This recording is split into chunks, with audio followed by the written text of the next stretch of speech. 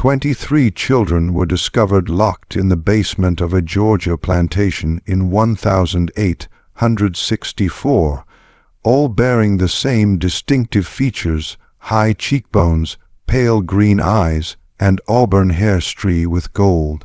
When Union soldiers forced open the iron doors of Thornhill Estate in Burke County, they found these children huddled together in darkness, some as young as 4, others approaching adolescence.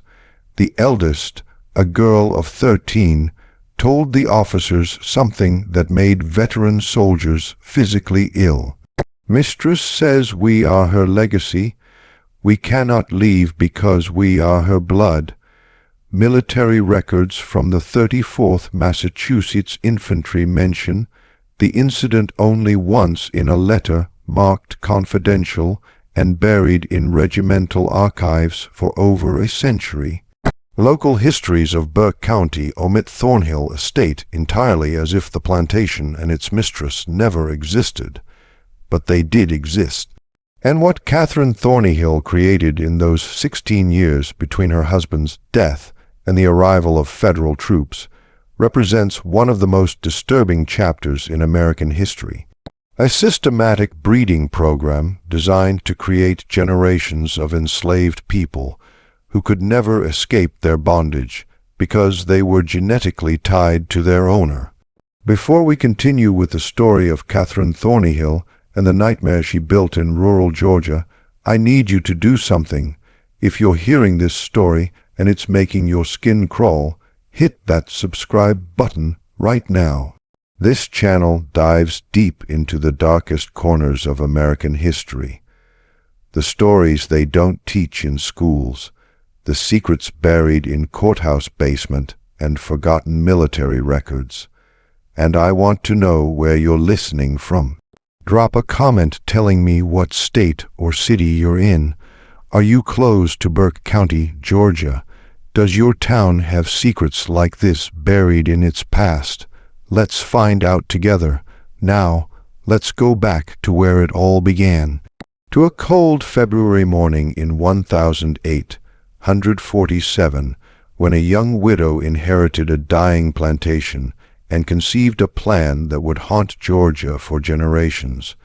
The winter Catherine Danforth Thornhill buried her husband was the coldest Burke County had seen in 20 years.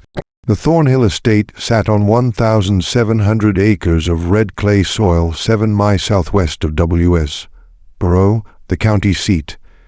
In 1847, Burke County was cotton country, though not as prosperous as the Black Belt regions further west. The soil here was tired, overworked by decades of single-crop farming. Plantations that had flourished in the 1820s were struggling by the 1840s, squeezed between falling cotton prices and rising costs. The Mexican War had drawn away laborers, and talk of territorial expansion divided communities along bitter lines. Thornhill Estate had once been among the more successful properties in the region.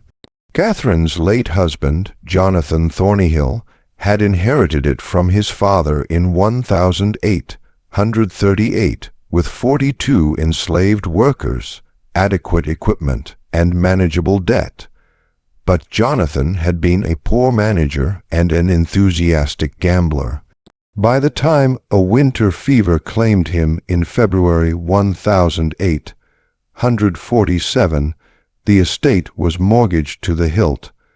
The fields were producing barely enough to feed the workers, and creditors were circling like buzzards. Catherine was 28 when she became a widow. She had married Jonathan when she was 19, a strategic match arranged by her father, Theodore Danforth, a prominent merchant in Augusta. The Danforths were old Georgia money, descended from settlers who had arrived in the 1730s. Catherine had been educated by private tutors, spoke French passably well, and had been raised with expectations of managing a substantial household. What she had not expected was to inherit a failing plantation with crushing debts and a 16-year-old son who looked at her with something approaching hatred. Richard Thornyhill was Jonathan's son from his first marriage. His mother had died giving birth to him in 1831, and Jonathan had remarried 5 years later. Richard had never warmed to Catherine, viewing her as an interloper who had replaced his real mother. He was a sullen, bookish boy who spent most of his time in the estate's small library, avoiding both his stepmother and the practical work of running a plantation. Catherine found him weak, impractical, and entirely too sentimental about the enslaved workers. He had once suggested they should be taught to read, an idea so dangerous that Catherine had forbidden him from speaking of it again. The plantation itself reflected its declining fortunes. The main house was a two-story structure of whitewashed brick with 6 columns across the front portico, built in 1805 in the Federal style. Paint peeled from the window frames, and the roof leaked in 3 places. The furniture inside was a mix of inherited pieces from Jonathan's family and cheaper replacements, purchased when the good pieces had been sold to pay gambling debts. Behind the main house stood the kitchen building, the smokehouse, the dairy, and the overseer's cottage, all in similar states of disrepair. Further back, beyond a line of live oaks draped with Spanish moss, were the quarters where the enslaved population lived. In 1847, 31 people remained on the property, 11 men, 13 women, and 7 children. 16 others had been sold off over the previous 3 years to satisfy Jonathan's creditors. Those who remained knew that more sales were coming. Fear hung over the quarters like fog over the Savannah River. Catherine spent the first month after Jonathan's death in a kind of controlled fury. She met with the estate's lawyer, Ambrose Talbot, who laid out her options in blunt terms. Sell the property and the remaining workers to settle the debts, and perhaps have enough left over to live modestly in Augusta under her father's roof, or find some way to make the plantation profitable again, which Talbot considered unlikely given the state of the cotton market and the estate's depleted resources. Neither option was acceptable to Catherine. Returning to Augusta would mean admitting failure, living as a dependent spinster in her father's house, forever marked as the widow who couldn't hold on to her inheritance. But she also recognized that traditional plantation management wouldn't save Thornhill Estate. The land was worn out. The equipment was old. The remaining enslaved workers were insufficient in number to work the cotton fields profitably, and she had no money to purchase more. It was during one of these sleepless nights, poring over the estate's account, books by candlelight, that Catherine conceived her plan. The idea came to her with the cold logic of desperation. If she couldn't afford to purchase workers, she would breed them, but not in the haphazard way most plantations did it, offering minor incentives for couples to have children and waiting 15 years for those children to become productive laborers. No, Catherine envisioned something far more systematic, more controlled.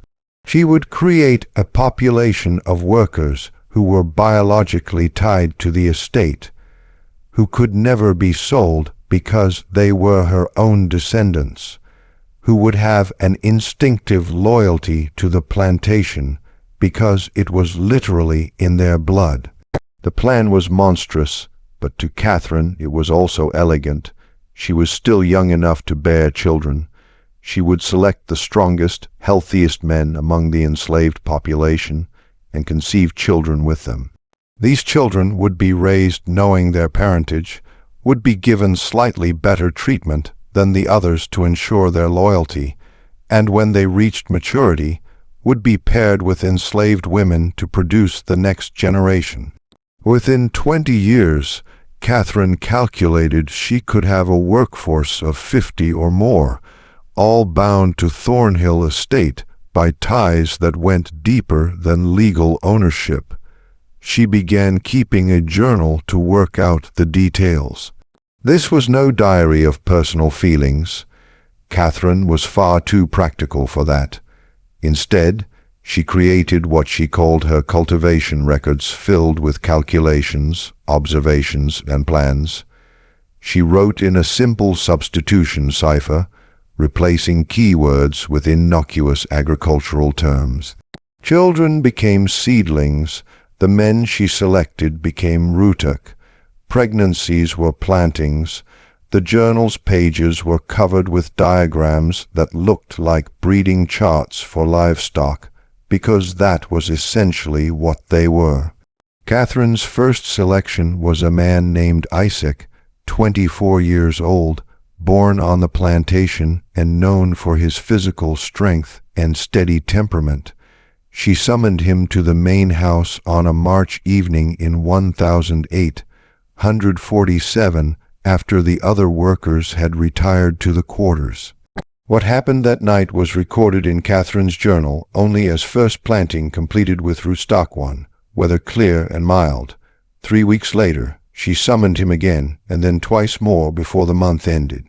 By April, Catherine was confident she was pregnant. She recorded this in her journal with the same emotional detachment she might note the planting of cotton. Initial cultivation successful. Anticipate harvest in December.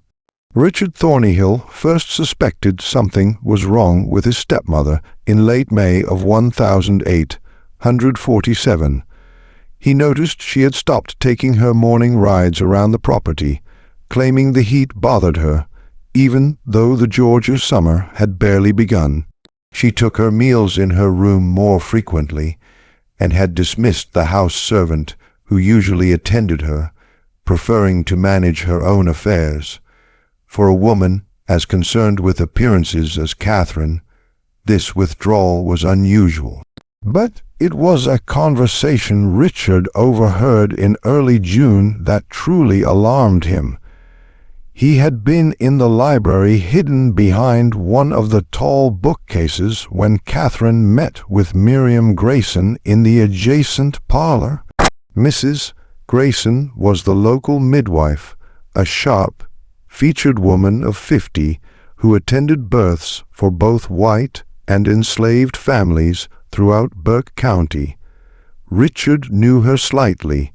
She had a reputation as a skilled practitioner, but also as someone who asked few questions and kept confidences. "Absolutely. You're certain of your condition, Mrs.?" Grayson asked in her clipped professional tone. "Quite certain," Catherine replied. "I should think sometime in early December, and Mr. Thornhill passed in February, you said." There was a pause.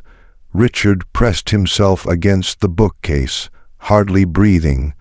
"My late husband and I were intimate in January," Catherine said evenly, "shortly before his final illness.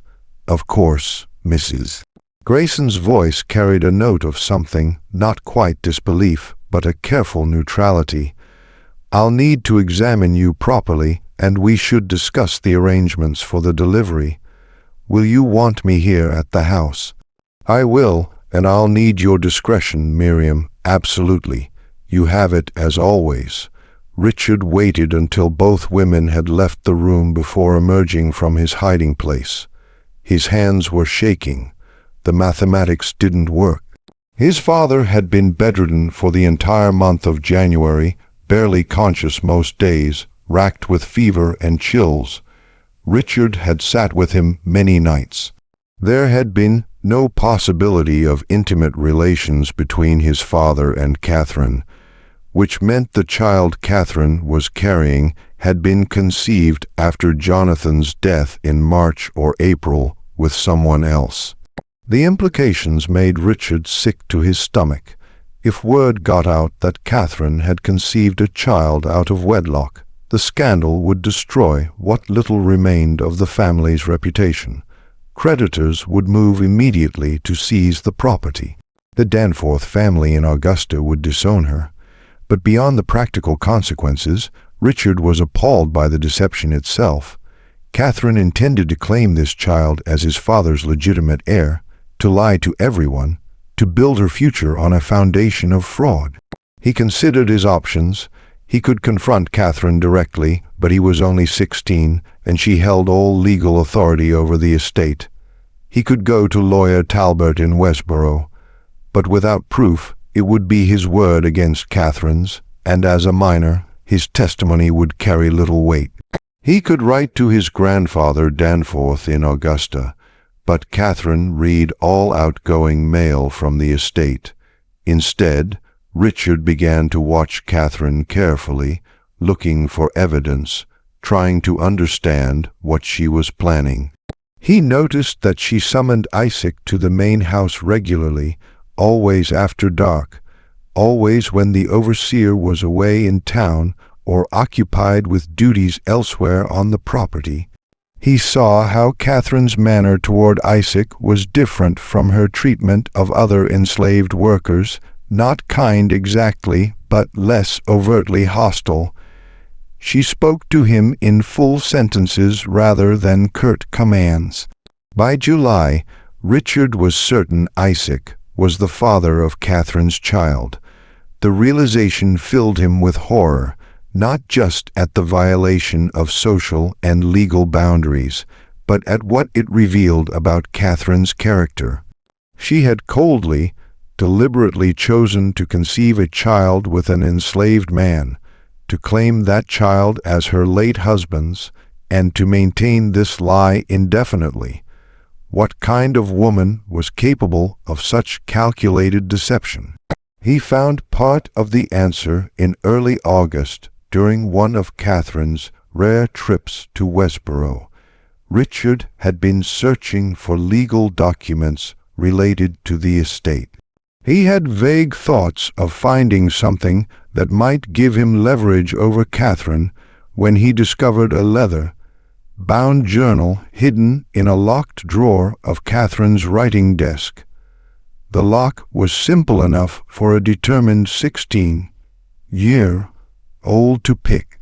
The journal was written in cipher, but Richard had always been good with puzzles.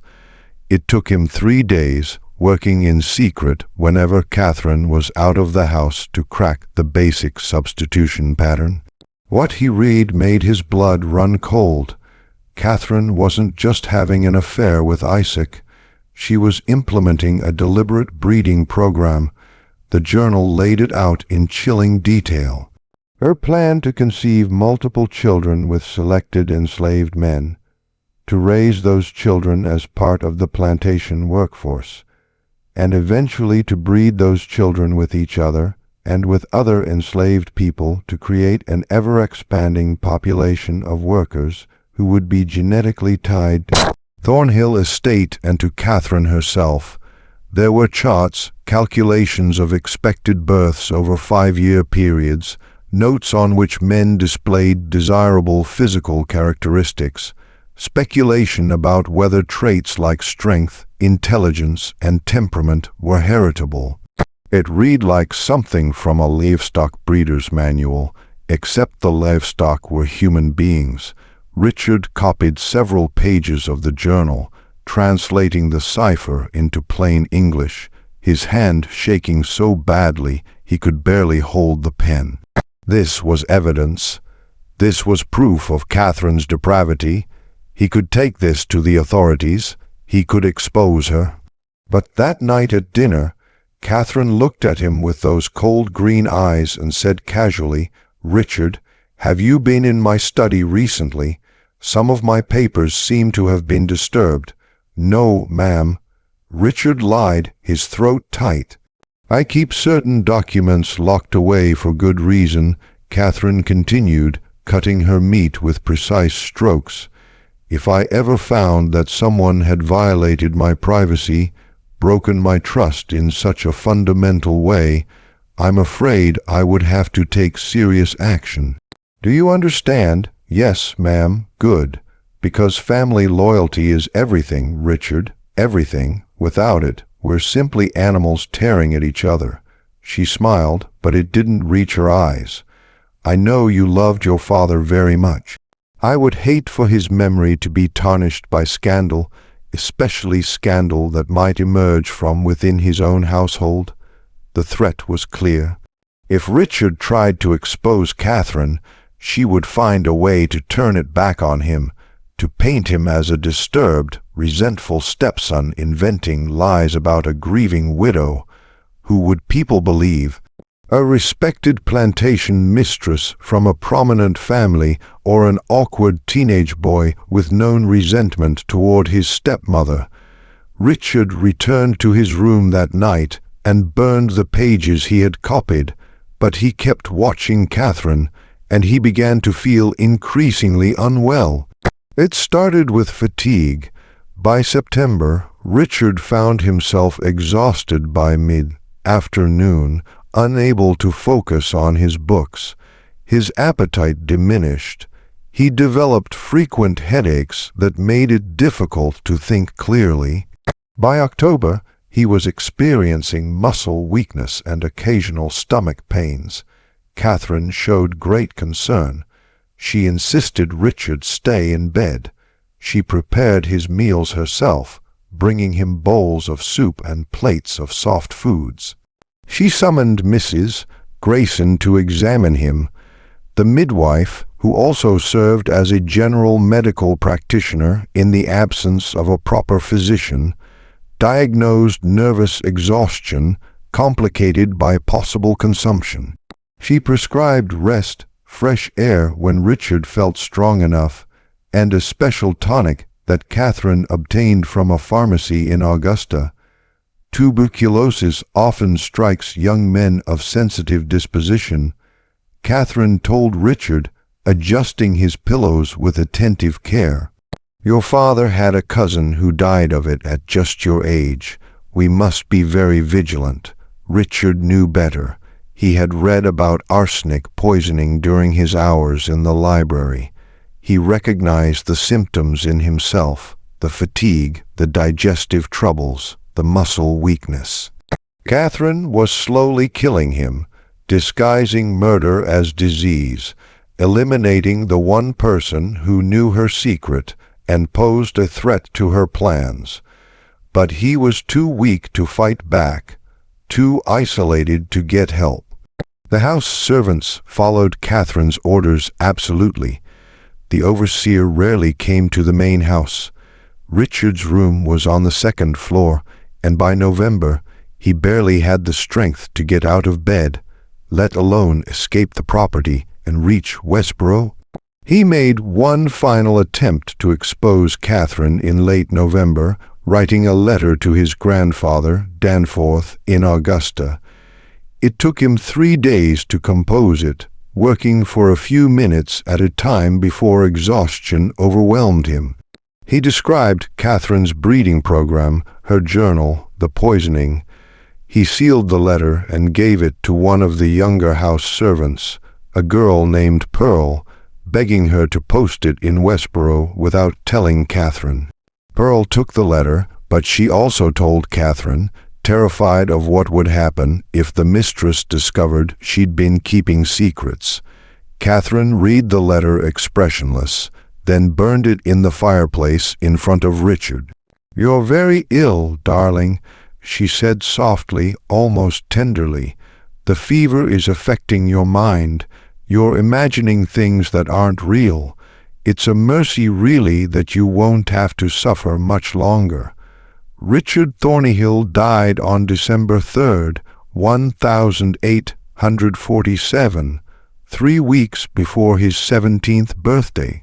Dr. Samuel Pritchard from Westboro, summoned to record the death, noted consumption as the cause, and remarked that the young man had wasted away with tragic speed. Catherine wept decorously at the funeral. She wore black for a full year. 4 days after Richard's burial, Catherine gave birth to a healthy son. She named him Jonathan after her late husband and claimed he had been born slightly premature, which explained any questions about timing. Few people in Burke County thought to count backwards from the birth to Catherine's widowhood. Those who did kept their speculations to themselves. It was not the kind of thing one discussed openly. The years between 1848 and 1856 transformed Thornhill Estate in ways that seemed almost miraculous to outside observers. The plantation that had teetered on the edge of bankruptcy slowly regained its footing. Cotton production increased. The enslaved workforce grew. Catherine Thornhill earned a reputation as a shrewd, if somewhat reclusive, plantation mistress, who managed her property with uncommon efficiency. But that efficiency came at a terrible cost that no outsider ever saw.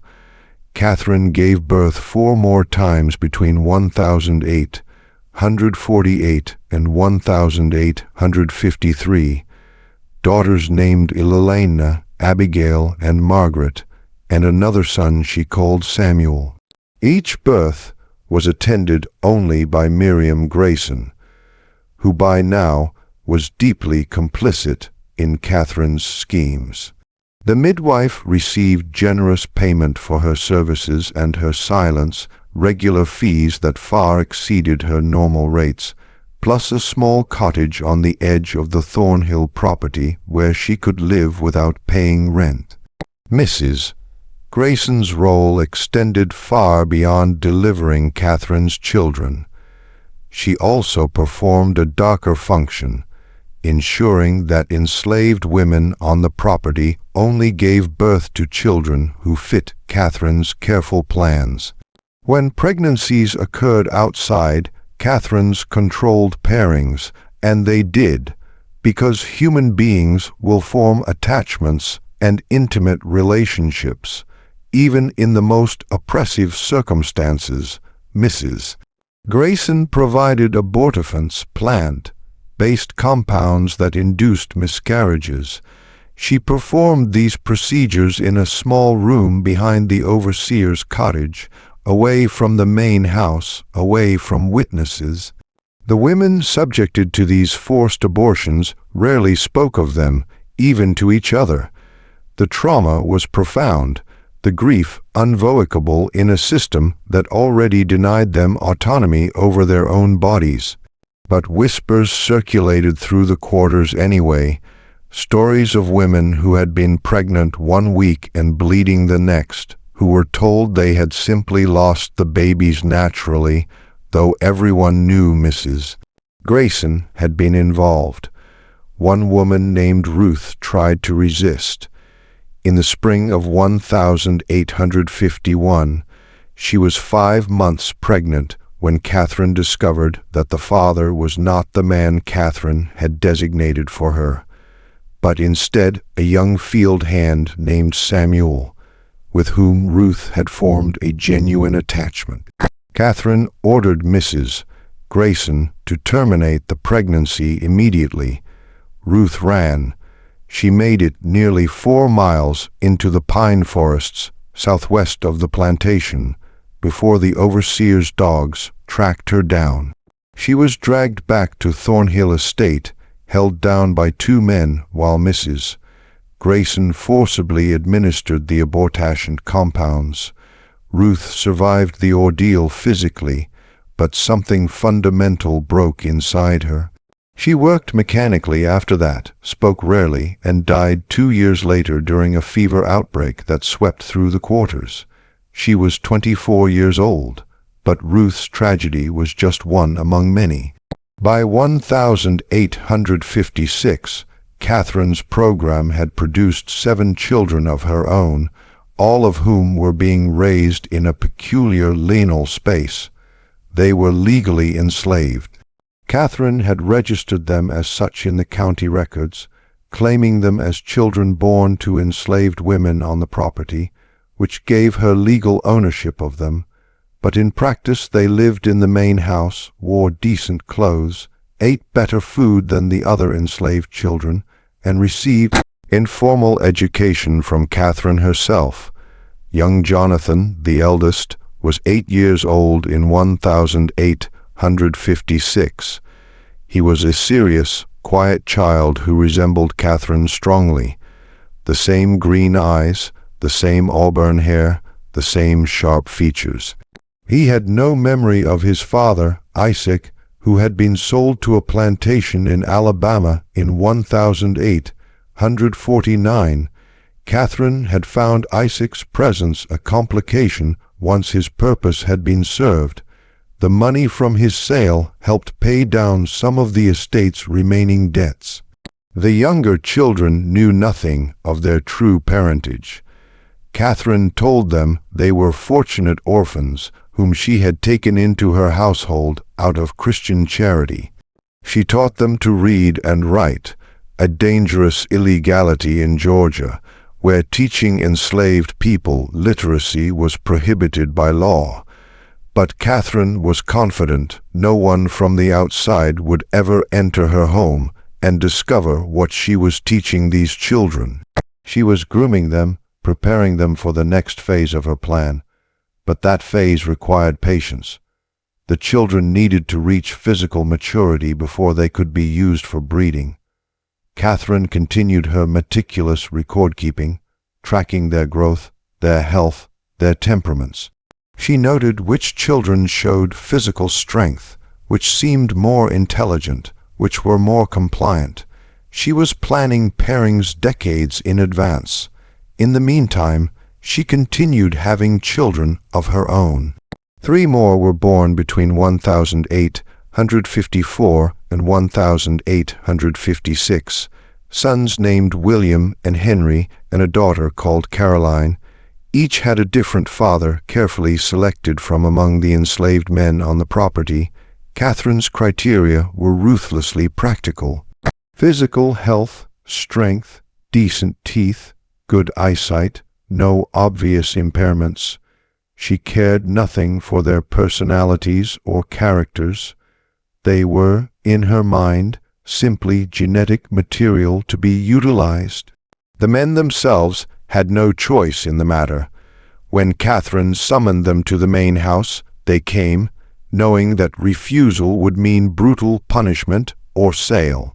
Some of them understood what was happening, that the children Catherine bore would be their own biological offspring, even as those children would be raised to think of Catherine as their benefactors and savior.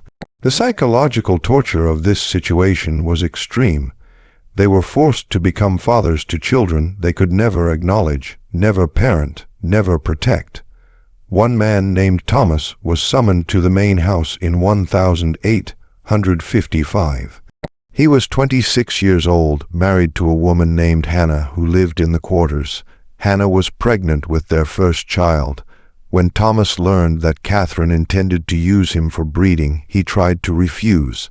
The overseer, a brutal man named Virgil Kane, had Thomas whipped in front of the assembled enslaved population. 39 lashes that left his back scarred for life. Then Catherine had him brought to the main house anyway. Thomas complied. He had no other choice, but he never spoke to Hannah about what happened in the main house, and Hannah never asked. Some knowledge was too poisonous to voice. By 1856, Thornhill Estate housed a population that looked normal on the surface, but was actually structured along Catherine's twisted logic. There were the field workers, about 20 adults and their children, who worked the cotton and corn under the overseer's supervision. There were the house servants, 3 women and 1 elderly man, who cooked, cleaned, and maintained the domestic space, and then there were Catherine's special children, 10 in total by 1856, ranging in age from 8 years old down to infancy. These children occupied a strange position in the plantation hierarchy. The other enslaved people resented them for their privileges, but also pied them for what they represented. Everyone in the quarters understood on some level what Catherine was doing. They didn't have language for eugenics or breeding programs. Those terms would come later, but they recognized the pattern. They saw how Catherine kept detailed records of the children, how she measured them periodically, how she noted their development in her locked journal, and they waited with a kind of horrified anticipation for what would happen when these children grew up. Because everyone knew what Catherine intended, she had made it clear in subtle ways in comments and instructions. These children were being raised to produce the next generation of workers. They were tools in Catherine's long-term plan to create a workforce that could never leave, could never be sold because they were genetically bound to her and to Thornhill Estate. It was an abomination disguised as innovation. But in the isolated world of a rural Georgia plantation in the 1850s, with no outside oversight and absolute power concentrated in the hands of the property owner, Catherine was able to pursue her vision without interference. The only person who posed any potential threat was lawyer Talbert in W.S. Bro, who handled the estate's legal affairs and thus had access to records that might raise questions. But Talbert was a practical man who valued profitable clients. And by 1856, Thornhill Estate was becoming profitable. The cotton yields were improving. The workforce was growing through Catherine's breeding program at no acquisition cost. Debts were being paid down. Talbert asked no uncomfortable questions because he benefited from Catherine's success. The isolation of the plantation helped maintain secrecy. Thornhill Estate was 7 miles from Westboro, connected by a rough road that was often impassable in winter. Neighbors were few. The nearest plantation was 3 miles away. Catherine rarely entertained visitors and discouraged social calls. When she did interact with other plantation families, usually at church on Sundays or at occasional gatherings in Westboro, she presented herself as a proper widow, managing her late husband's property with Christian virtue and practical wisdom. No one suspected the systematic horror occurring behind the whitewashed brick walls of the main house and in the quarters beyond the oak trees. And even if they had suspected, would they have cared? This was Georgia in the 1850s, a society built on the brutal exploitation of enslaved labor. Catherine's program was more systematic, more coldly calculated than most, but it was not fundamentally different in kind from what happened on thousands of other plantations across the South. That was perhaps the most disturbing aspect of the entire situation. Catherine's breeding program was monstrous, but it was also logical within the framework of a society that already treated human beings as property to be bought, sold, and bred at will. She had simply taken the underlying logic of slavery and followed it to one of its most horrifying conclusions. But systems built on such profound injustice contain the seeds of their own destruction. Change was coming to Georgia and the entire South, though in 1856, few people could imagine how soon or how violently it would arrive. The late 1850s brought increasing tensions to Burke County and all of Georgia. The question of slavery's expansion into new territories dominated national politics. The violence in Kansas Territory, where pro-slavery and anti-slavery settlers were literally killing each other, was discussed in anxious tones at the courthouse in Westboro. The presidential election of 1856 which put James Buchanan in office, did little to resolve the fundamental conflicts tearing the country apart. Catherine paid little attention to politics. Her focus remained fixed on Thornhill Estate and her long-term program. By 1859, her eldest children were approaching adolescence. Jonathan was 11, Elena was 10, Abigail was 9. They were still too young for the breeding phase of Catherine's plan, but she was already making preparations, already selecting which of the enslaved young women would be appropriate partners when the time came. It was during this period that Catherine constructed what she called the Heritage Room in a previously unused section of the mansion's east wing. She told the house servants it would be a storage space for family records and memorabilia. In reality, it was a shrine to her breeding program. The room was windowless, lit by oil lamps with walls lined with shelves and a large table in the center. On the shelves, Catherine stored her coded journals. 3 leather-bound volumes by 1859, chronicling every birth, every pairing, every observation about the children's development. She also kept small glass vials, each labeled with a name and a date containing locks of hair from each child. These samples were arranged in rows organized by generation and parentage, a physical archive of her genetic experiments. On the table, Catherine had drawn elaborate family trees in ink, showing not actual family relationships, but her planned pairings for future generations. Lines connected names with notations about anticipated outcomes. Strong constitution, good teeth, intelligent, compliant temperament.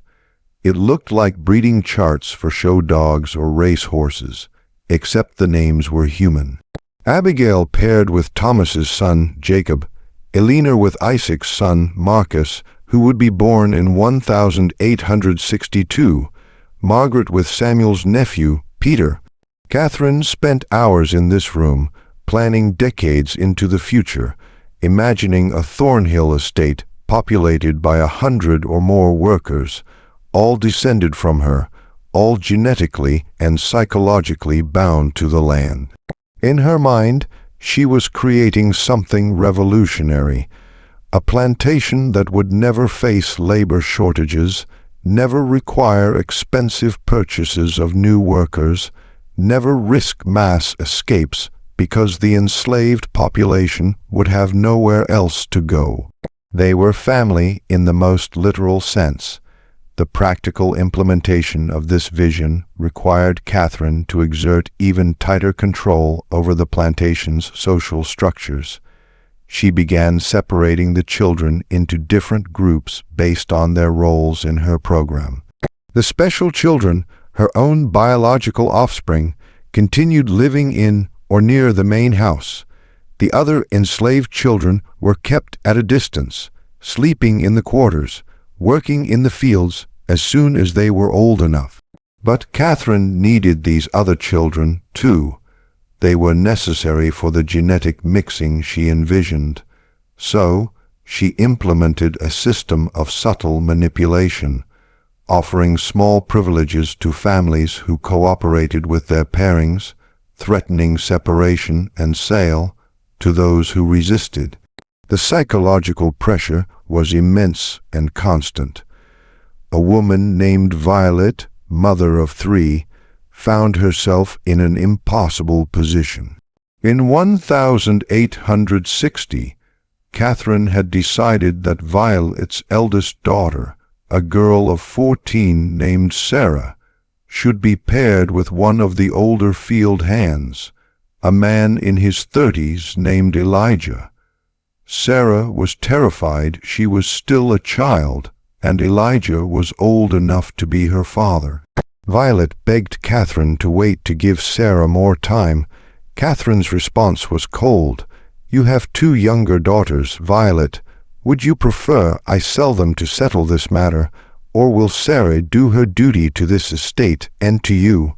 Sarah was paired with Elijah that autumn. She gave birth to a daughter 9 months later and died from complications of the delivery. She was 15 years old. Violet never recovered from the loss. She continued working mechanically, speaking to no one, and in 1862, she walked into the Savannah River and drowned herself. But tragedies like Sarah and Violet's were invisible to outside observers. When visitors came to Thornhill Estate, which was rare, they saw a well-managed plantation with neat fields, a substantial house, and a workforce that appeared adequately fed and housed. The horror was carefully hidden, buried in the quarters, locked in the heritage room, encoded in Catherine's journals. Then came 1860, and everything changed. Abraham Lincoln was elected president. South Carolina seceded from the Union in December. Georgia followed in January 1861 with delegates at the secession convention in Milledgeville voting 208 to 89 to leave the United States and join the Confederate States of America. War came in April with the firing on Fort Sumter. Initially, many Georgians believed it would be a short conflict, a few months, perhaps a year, and the Confederacy would establish its independence. But the war dragged on through 1861 into 1862 through 1863. Young men from Burke County marched off to fight in Virginia and Tennessee. Some returned in coffins, others didn't return at all. The war disrupted Catherine's plans in ways she hadn't anticipated. The overseer, Virgil Carr, enlisted in the Confederate Army in 1861 and was killed at Shiloh in April 1862. Finding a replacement was difficult. Most able-bodied white men were away at war.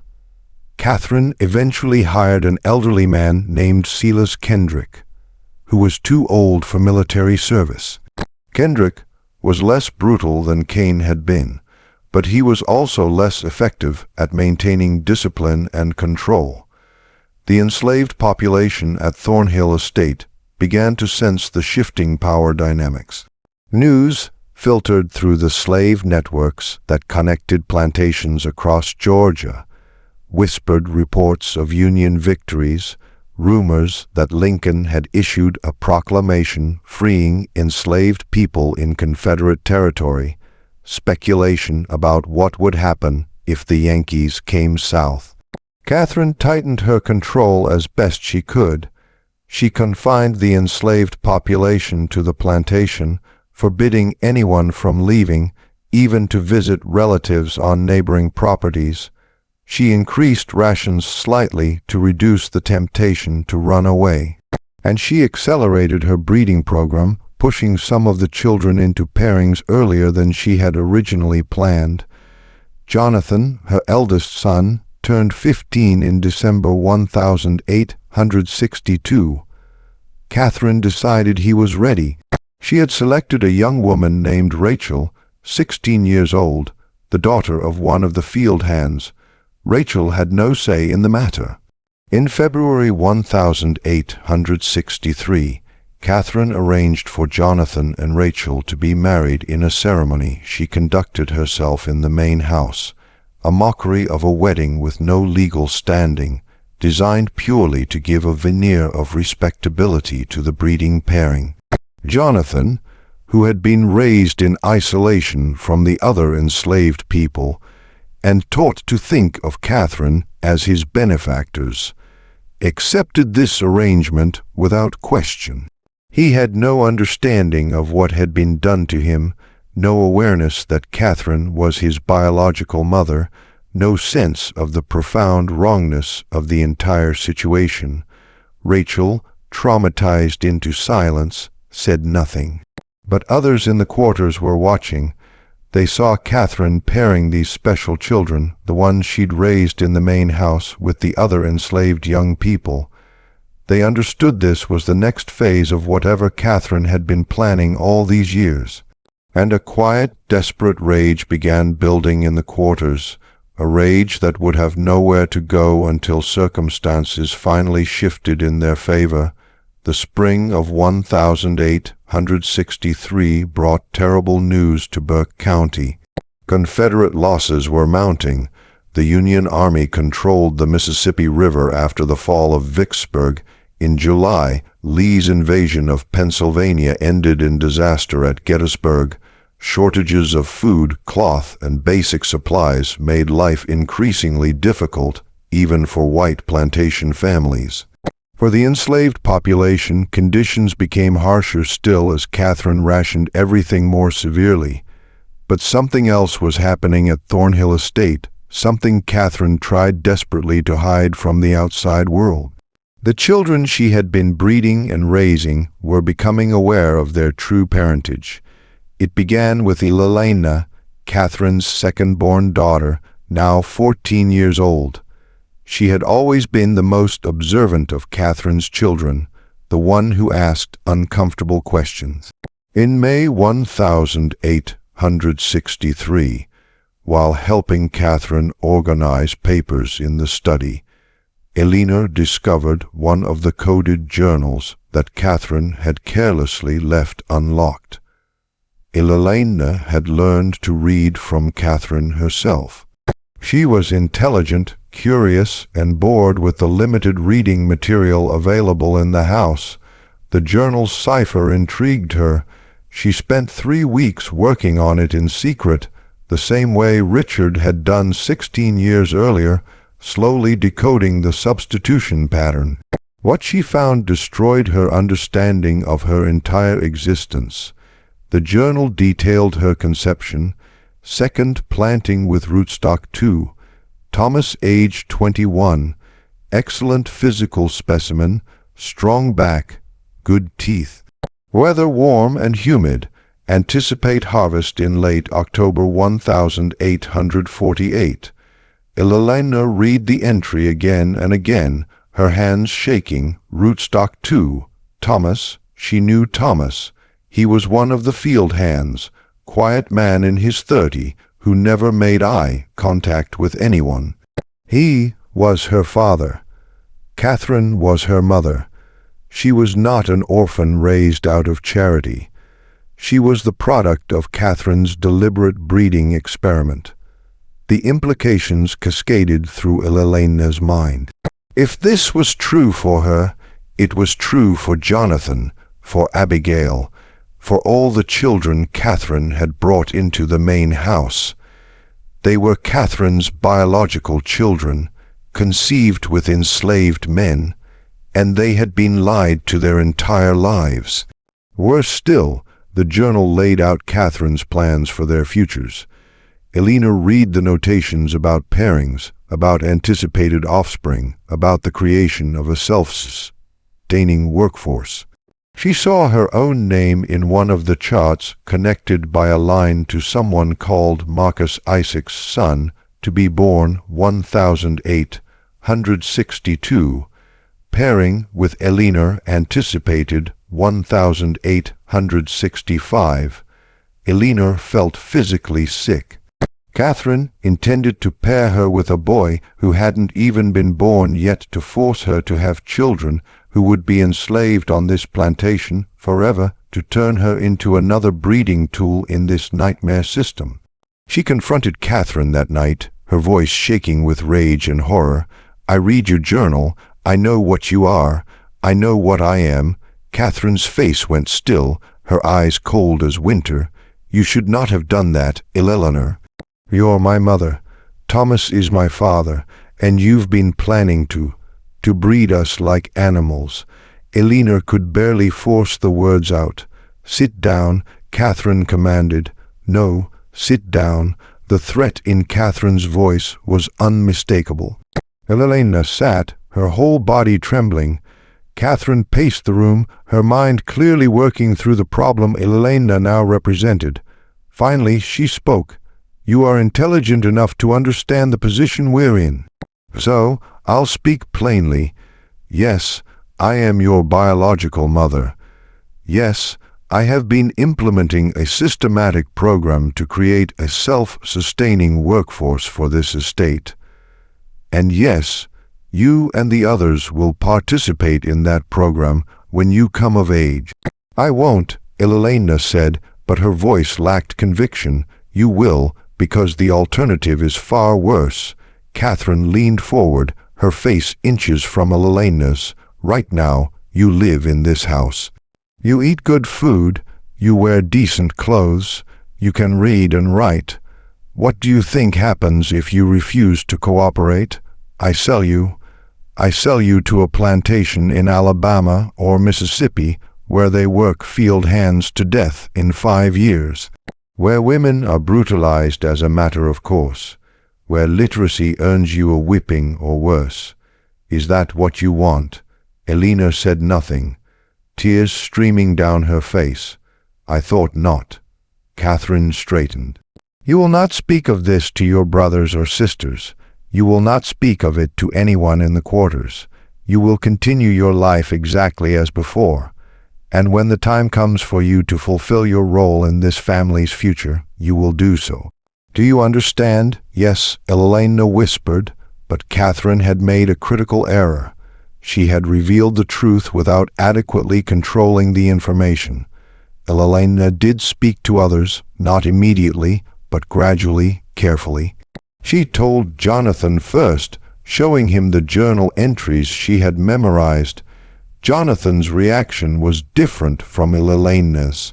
He had been so thoroughly conditioned by Catherine, so completely isolated from any alternative framework for understanding the world, that he struggled to see what was wrong with Catherine's plan.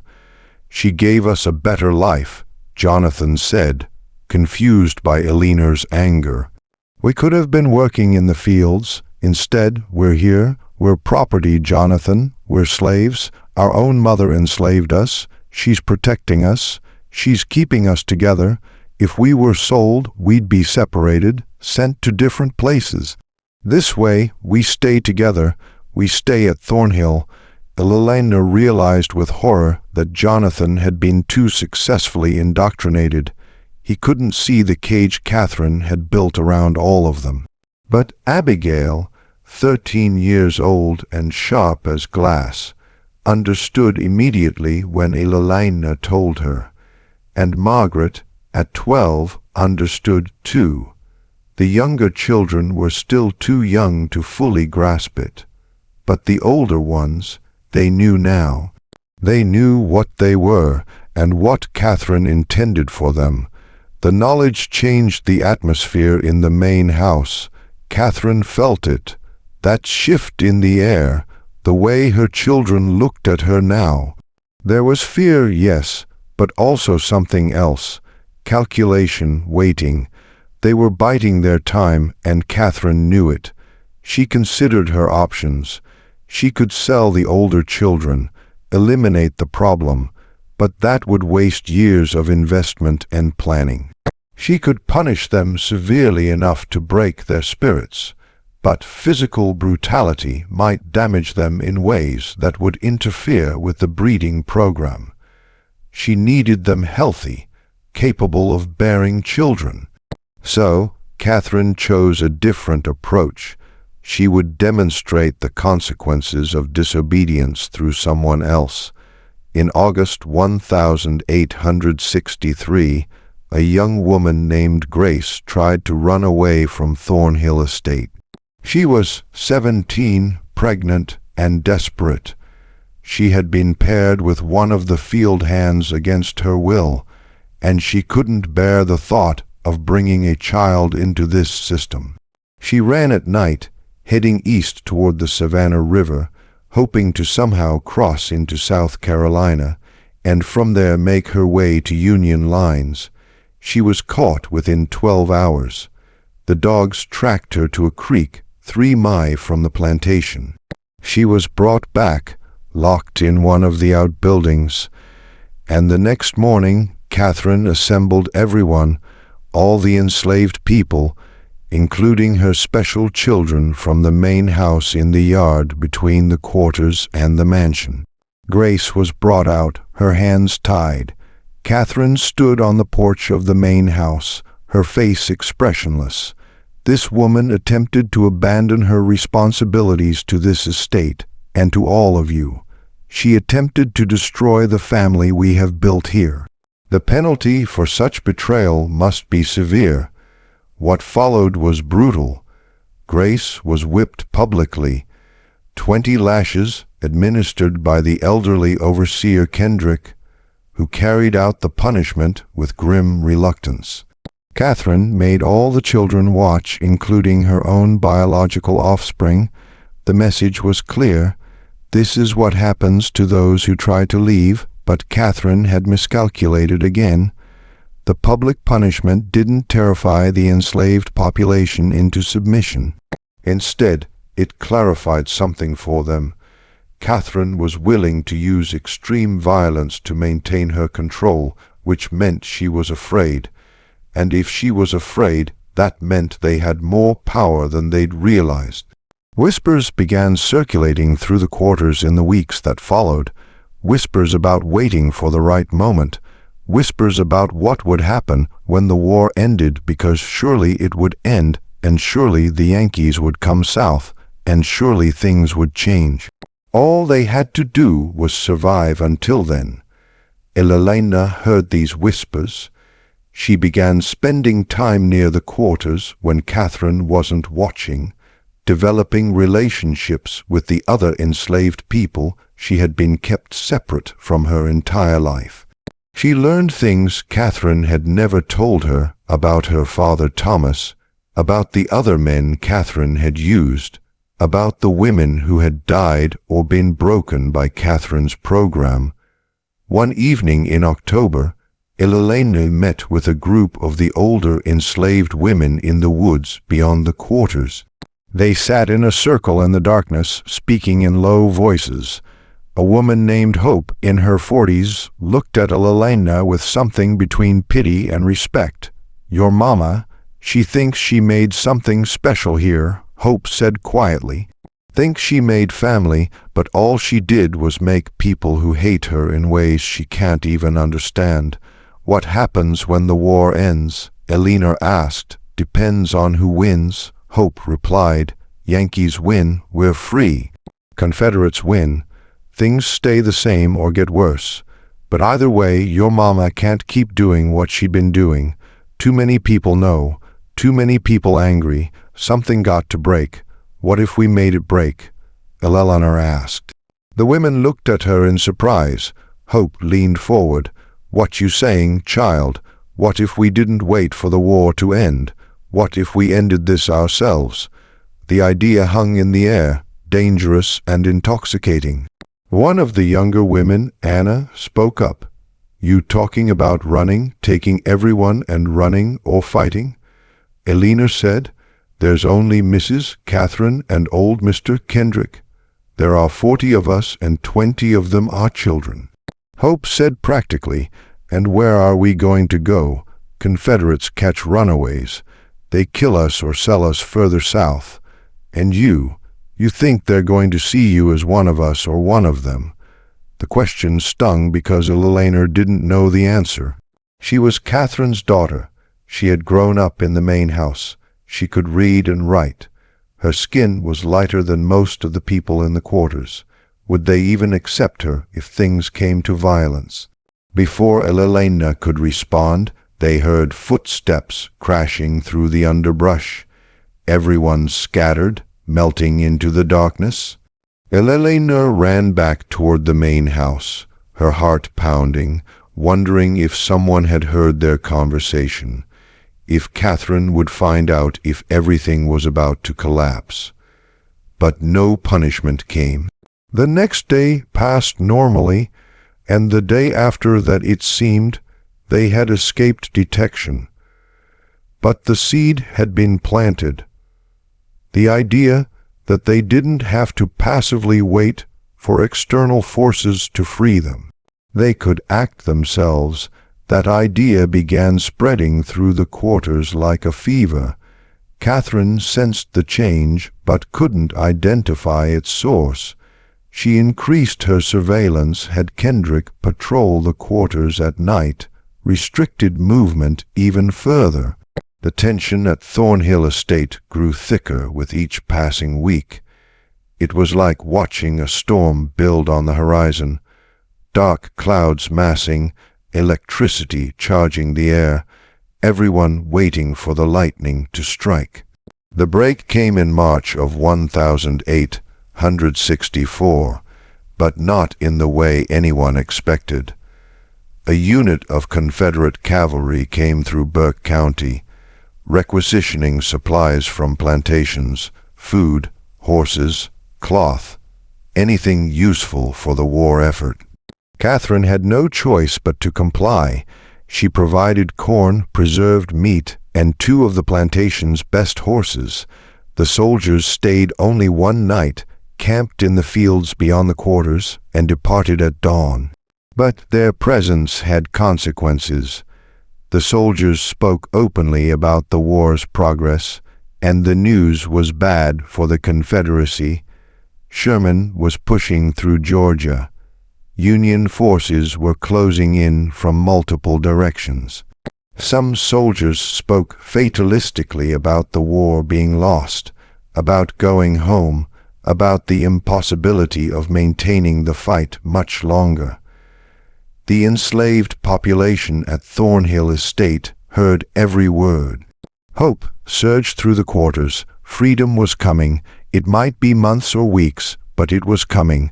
All they had to do was hold on a little longer, except Catherine, sensing this hope and terrified by what it meant for her long-term plans, decided to act decisively. If the Confederacy fell, if the enslaved population was freed, everything she had built would collapse. Her special children would leave. Her breeding program would end. 16 years of work would be for nothing. She couldn't allow that to happen. On the night of March 17, 1864, Catherine gathered her biological children in the main house: Jonathan, Elena, Abigail, Margaret, Samuel, William, Henry, Caroline, and the 3 youngest who were still infants. 11 children in total, ranging from 16 years old down to 6 months. Things are going to change very soon, Catherine told them, her voice calm, but her eyes intense. The war may end badly for us. The Yankees may come. There may be attempts to take you away from me, to destroy our family. I cannot allow that to happen. Elena felt ice slide down her spine. What are you planning? We're going to secure our future, Catherine said. Tonight. She led them to the heritage room in the East Wing, the room none of them except Jonathan had ever been allowed to enter. Catherine lit the oil lamps illuminating the shelves of journals, the vials of hair samples, the elaborate family trees drawn on paper and pinned to the walls. "This is our legacy," Catherine said. "This is what we've built together, and no one is going to take it from us." From a locked cabinet, Catherine withdrew a small wooden box. Inside were several glass bottles containing clear liquid. "This is a medicine called laudanum," she explained. "In small doses, it provides relief from pain. In larger doses, it provides eternal peace." Abigail gasped. "You want to poison us. I want to protect you," Catherine corrected, her voice taking on an edge of desperation. "If the Yankees come, if they free the others, where will you go? You're not white enough to live in white society. You're not fully black in their eyes either. You'll be outcasts, owned by no one, belonging nowhere. Is that better than staying here, staying together, staying with me?" "Yes," Elena said firmly, "anything is better than this." Catherine's face hardened. "You're too young to understand. All of you are too young." "But I am your mother, and I know what's best for this family." She moved toward the bottles, but Jonathan stepped between her and the others. He was 16, nearly as tall as Catherine, and something in his face had changed. "No," he said quietly, "Jonathan, don't be foolish. You understand the plan. You've always understood." "I understood what you told me," Jonathan said, "but Eleanor showed me the journals. I read what you wrote about us, about Father Isaac, about Father Thomas, about all of them. I know what you did. I know what you are. I am your mother. You're a monster," Jonathan said, and his voice broke on. Word, Catherine slapped him, a sharp crack that echoed in the small room. "How dare you? After everything I've given you, after everything I've sacrificed, you sacrificed nothing," Elena said, stepping forward to stand beside Jonathan. "You used people. You destroyed them. You destroyed us." Catherine looked at her children, seeing them clearly, perhaps for the first time. They were united against her. Even the younger ones who didn't fully understand what was happening sensed the confrontation and stood with their older siblings. She had lost them. In that moment, Catherine made a final desperate decision. If she couldn't keep her children, if they were going to reject her and leave her and destroy everything she had built, then she would at least preserve the record of what she had accomplished. Future generations would know what Catherine Thornyhill had created, even if the creation itself had failed. She grabbed the journals, the charts, the vials of hair samples, clutching them to her chest. "You think you can escape me. You think you can pretend none of this happened. These records will survive. They'll prove what I built here. They'll prove I was right." She pushed past her children and ran from the room, carrying the physical evidence of her crimes. Jonathan and Eleanor chased after her, but Catherine was faster, driven by manic energy. She ran through the main house, out the front door, across the yard toward the quarters. What happened next depended on who you asked. Multiple testimonies would later conflict, each person remembering the events slightly differently, shaped by their own trauma and perspective. What is certain is that Catherine reached the quarters carrying her journals and specimens. What is certain is that the enslaved population, roused by the commotion, emerged from their cabins to see the mistress who had tormented them for 16 years running toward them in the darkness, clutching the evidence of her atrocities. What is certain is that someone, maybe Hope, maybe one of the men, maybe several people at once, decided that this was the moment. This was when it ended. Catherine Thornyhill disappeared that night. Her journals were found scattered in the mud outside the quarters, pages torn and muddy. The vials of hair samples were smashed, the charts were burned, and Catherine herself was simply gone. Jonathan and Eleanor reaching the quarters minutes after their mother found chaos. People shouting, running in different directions, the acrid smell of smoke where someone had lit a fire to burn Catherine's papers. "But no, Catherine, where is she?" Jonathan demanded. Hope looked at him with an expression he couldn't read. "Gone, that's all you need to know. She's gone and she ain't coming back. What did you do to her? What she had coming?" Hope said simply, "Now you got a choice, boy. You can raise hell about your mama, or you can understand that justice got done here tonight and let it rest." Jonathan looked at Eleanor. His sister's face was pale, her eyes wide, but she nodded slowly.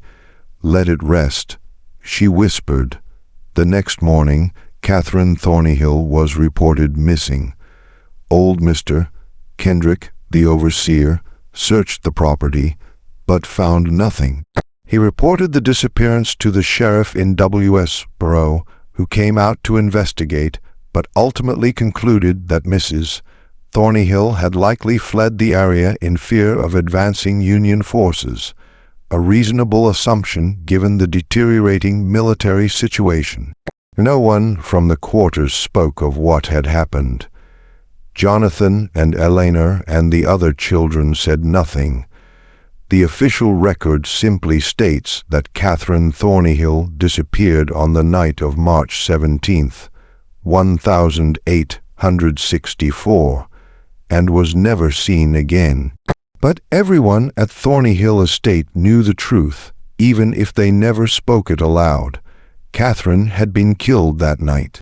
Her body had been disposed of somewhere on the plantation's 1,700 acres, and her children, her biological offspring, her breeding experiments, her legacy, had chosen to let her murderers go unpunished because they understood that their mother had earned her fate. The war ended 14 months later. General Sherman's army swept through Georgia in late 1864, though they passed 30 miles north of Burke County and never came directly to Thornhill Estate. The Confederacy collapsed in April 1865. Freedom came to the enslaved population of Georgia through a combination of military occupation, the 13th Amendment, and the simple fact that the system of bondage could no longer be maintained. At Thornhill Estate, the transition was complicated. Jonathan, as Catherine's eldest child, had some legal claim to the property, but his status was ambiguous. Legally enslaved under Georgia law, but also Catherine's biological heir. Lawyer Talbot in Westboro tried to sort out the mess, but eventually gave up. The property fell into a kind of legal limbo. Most of the formerly enslaved population left Thornhill Estate within weeks of emancipation. They scattered across Georgia and beyond, seeking family members who had been sold away years before, looking for opportunities in cities, or simply putting as much distance as possible between themselves and the site of their suffering. Some stayed, at least initially. Hope remained, helping to organize those who had nowhere else to go. Thomas stayed, Eleanor's biological father, who finally, after 16 years, was able to acknowledge his daughter openly.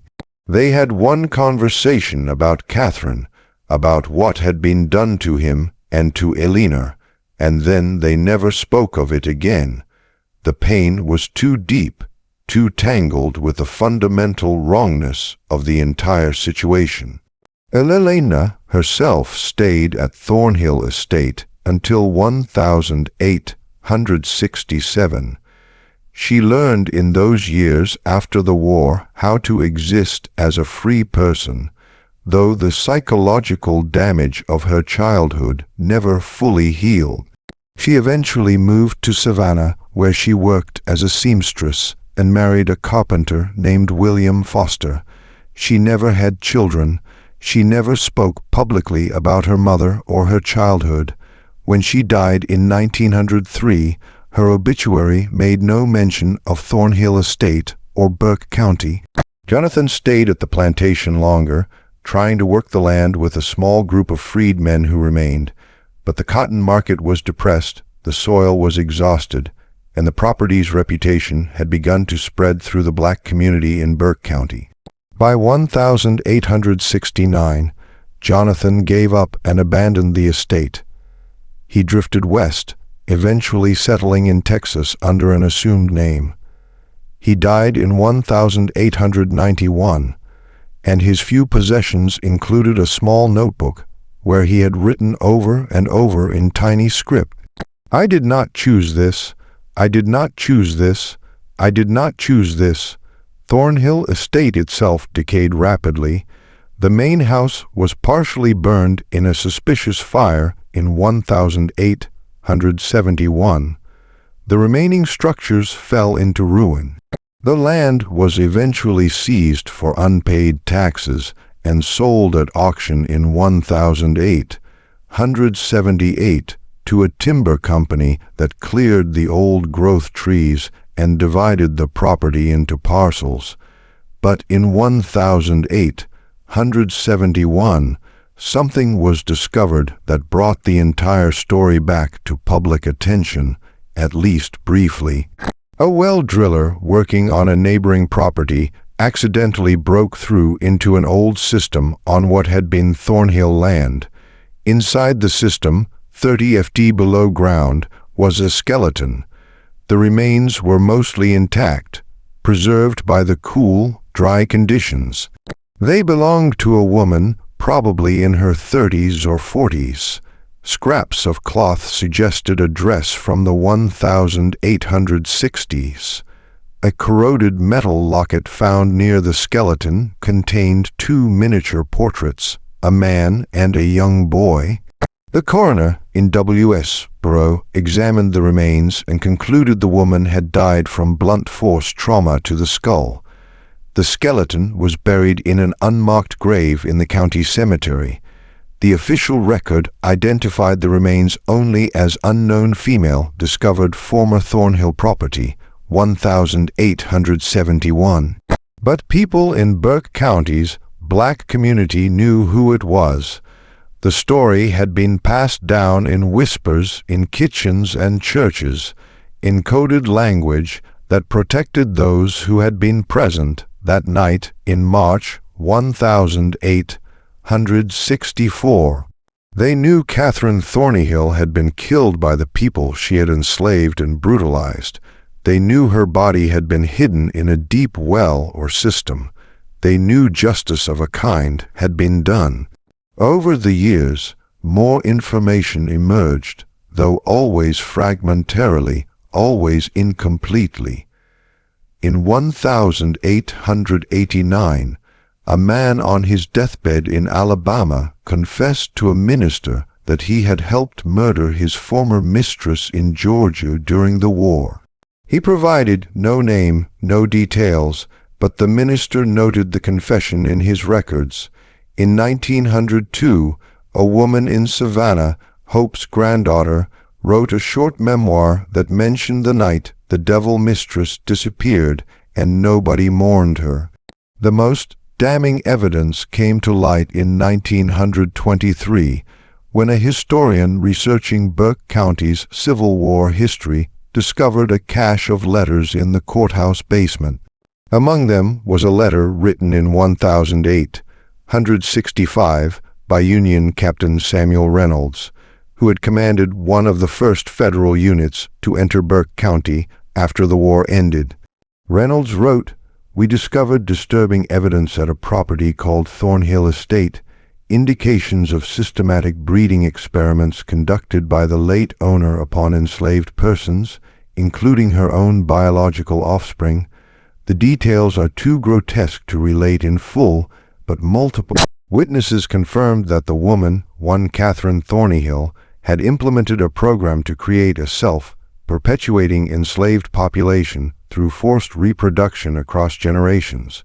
The witnesses also informed us that Mrs. Thornhill disappeared in March 1864, and though they would not explicitly state what occurred, their meaning was clear enough. I have elected not to pursue the matter further, as it seems to me that whatever justice was enacted upon this woman was well deserved. I have directed my men to say nothing of what we learned here. The letter was filed away and forgotten again until a graduate student found it in 1954 while researching her dissertation on Reconstruction in Georgia. She tried to verify the story, interviewing elderly residents of Burke County who might remember family stories from that era. Most claimed to know nothing. One woman, 93 years old, the great-granddaughter of one of the enslaved people at Thornhill Estate, said only, "Some things happened that needed to happen.